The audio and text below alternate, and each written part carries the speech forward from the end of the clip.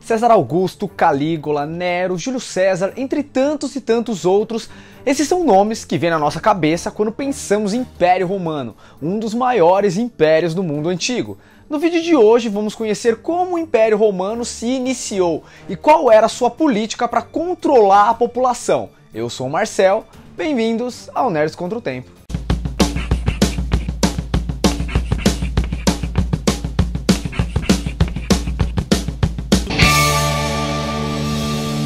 No vídeo sobre República Romana, já deu para perceber que a tal república, que deveria ser governada pelo povo, não era bem assim, né? Tinha os patrícios, que era tipo a nobreza de Roma. Esses caras frequentemente entravam em conflito com a plebe. Afinal, a plebe queria mais terras e comida para sobreviver. Para conseguir essas terras, os patrícios investiam em um exército forte para sair por aí, por metade da Europa, conquistando todo mundo. O exército romano era tão forte porque eles usavam uma tática de batalha chamada parede de escudos. Era tipo um aperfeiçoamento da falange espartana. Com esse exército bem armado e bem estratégico, eles conquistaram primeiro a Itália inteira. Depois se espalharam, conquistando Grécia, Egito, a Gália e logo menos quase todos os países banhados pelo mar Mediterrâneo. Um dos principais responsáveis por essas conquistas foi um cara chamado Caio Júlio César. Ele era um patrício e, além disso, era um grande líder militar. O cara é lembrado até hoje como um dos maiores estrategistas em batalha da história. Sua vida foi contada de uma forma bem romantizada na série de livros O Imperador, de Cole Wingoden. A série é um romance histórico bem legal e cheio de ação e intrigas políticas. E a gente acompanha a vida de Júlio César desde a infância dele até o momento da sua morte. E duas séries que também trabalham legal a história desse cara é a série Spartacus, que é uma das minhas favoritas. Conta na terceira temporada um pouco sobre a juventude de Júlio César. E também tem Roma, que foca mais na época em que ele já era um grande líder militar e acompanhamos até a sua morte. Na minha opinião, Spartacus é bem mais dinâmico, tem ação, tem sangue pra caramba, parece até uns fatality do Mortal Kombat, certas mortes que acontecem lá.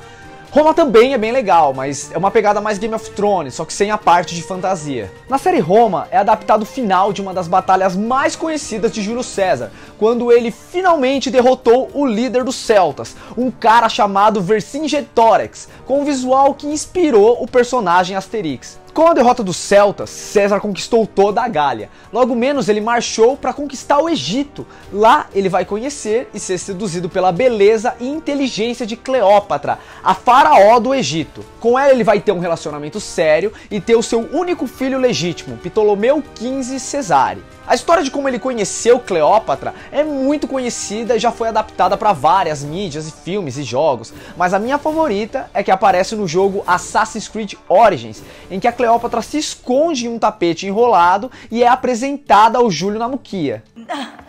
O que é isso? Perdão, senhor. Temos um presente da nossa faraó Cleópatra. Faraó? Isso não é presente. São os amigos da minha irmã. É uma armadilha. A Cleópatra manda tapetes em vez de emissários?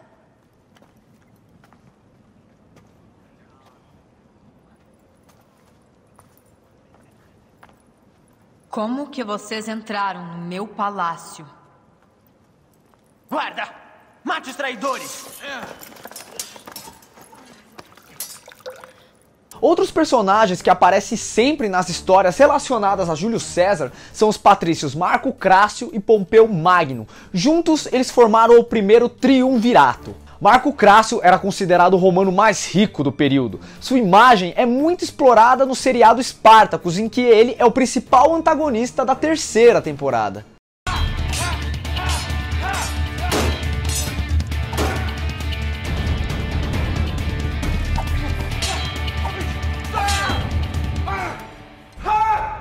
Vem baseado no nome desse cara a expressão erro crássio. Isso porque Marco Crácio cometeu um erro militar monstruoso. Confiando nos números do seu exército, ele decidiu atacar um inimigo diretamente, avançando em um vale muito estreito, e ele acabou sendo obliterado numa emboscada. Isso custou a vida de 50 mil homens, inclusive a dele e do seu filho.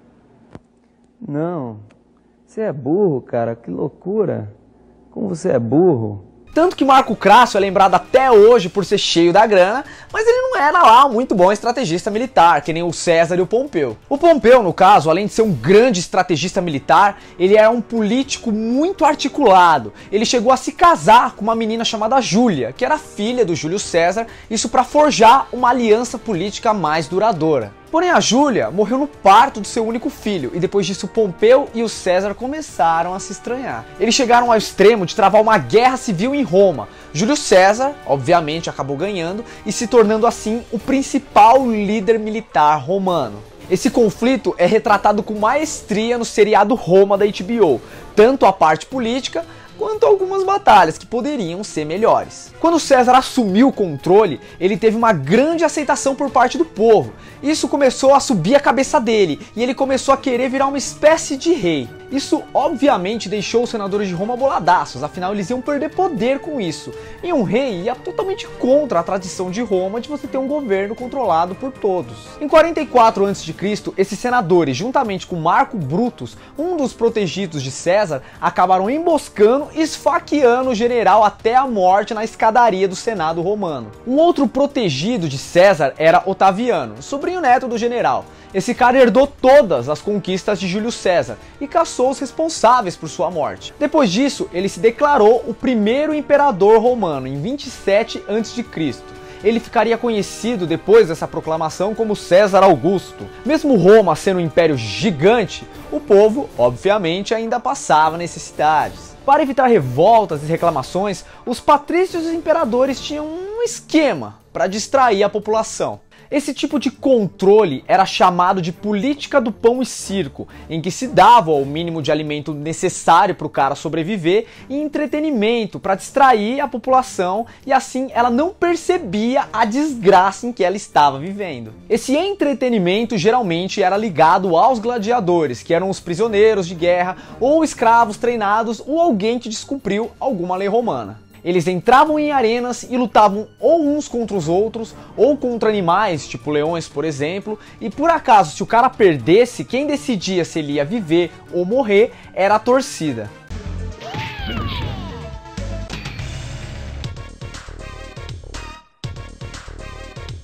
Essas arenas já apareceram em várias obras da cultura pop. Porém, as mais recentes que tratam dessa temática de uma forma bem fiel são os jogos Rise, Son of Rome, exclusivo de Xbox One, e o jogo Assassin's Creed Origins, que é multiplataforma e ficou incrível. Um dos gladiadores mais conhecidos da história foi Spartacus, um líder da Trácia que acabou se tornando um escravizado e por ser um lutador incrível, obviamente virou um gladiador. Ele acabou se revoltando contra o seu captor e liderou uma rebelião contra Roma no ano de 73 a.C. O seu exército chegou a ter absurdos 40 mil ex-escravizados sendo treinados em batalhas por gladiadores. Eles deram um trabalho desgraçado para Roma. Foi aí que o triunvirato de César entrou na jogada e conseguiu parar a rebelião. Mesmo tendo perdido essa batalha, até hoje o Spartacus é lembrado como um símbolo de liberdade e de revolta. Filmes de gladiador é o que não falta, temos vários, por exemplo o do Ridley Scott de 2000 que chama Gladiador e a própria série Spartacus, mas algumas séries conseguem tratar dessa temática e atualizar ela, trazendo para os dias de hoje, como é o caso da série Jogos Vorazes. Essa coisa de você ter um regime totalitário e corrupto utilizando o entretenimento para distrair a população das temáticas que realmente importam acontece até os dias de hoje. Só que no lugar de gladiadores se matando e dando fatality dentre eles mesmos, hoje temos reality shows, futebol, novela, redes sociais. A internet é uma coisa maravilhosa que possibilitou que cada um de nós tenha o seu próprio pão e circo. Depois que César Augusto chegou ao poder, se iniciou o período que ficou conhecido como Pax Romana. Nesse momento histórico, as guerras civis pararam e rolou um investimento pesado em cultura, nas artes e no comércio. Nos 2 primeiros séculos do Império Romano, a prosperidade acabou reinando e o Império teve uma grande estabilidade graças a essa paz. Depois de César Augusto, vários outros imperadores chegaram ao poder, alguns bons, outros horríveis, e durante essa alternância de poder, o Império cresceu, e cresceu, e cresceu tanto que no século III estava insustentável administrar um império daquele tamanho. Sendo assim, o imperador Diocleciano resolveu dividir o império em dois. De um lado tinha o Império Romano do Ocidente, onde a capital continuou sendo Roma. Do outro, a gente tinha o Império Romano do Oriente, onde Constantinopla, que é a atual cidade de Istambul, na Turquia, virou a capital. Tudo isso é muito bonito, mas no fim das contas, ambos os impérios romanos acabaram caindo. Primeiro, o Império do Ocidente, que caiu no ano de 476 d.C., quando ele foi invadido pelos povos germânicos. Isso põe fim no período que a gente conhece como História Antiga. Quase 1000 anos depois, cai o Império do Oriente, ou o Império Bizantino, como ele ficou conhecido. Ele foi invadido pelos povos turcos no ano de 1453 d.C., um pouco depois de quando se passa o jogo Assassin's Creed Revelation, que aliás se passa na cidade de Constantinopla. Esse vídeo, no caso, a gente está se focando mais no Império Romano do Ocidente. O Império Romano do Oriente, ou Império Bizantino, vai acabar ganhando um vídeo só para ele. Então, uma coisa a gente tem que ter em mente aqui. Quando o Império Romano do Ocidente cai, a Idade Média começa. E a partir desse momento vai se iniciar um período onde a cultura pop também buscou muita inspiração. Afinal, a gente conhece 1 milhão de jogos de RPGs, de séries ou de filmes que se passam no período da Idade Média. Então é isso aí, pessoal. Não esquece de deixar um like no vídeo, se inscrever no canal e me seguir nas redes sociais pra gente trocar uma ideia por lá, beleza? Muito obrigado por ver o vídeo até aqui. Eu sou o Marcel e até a próxima.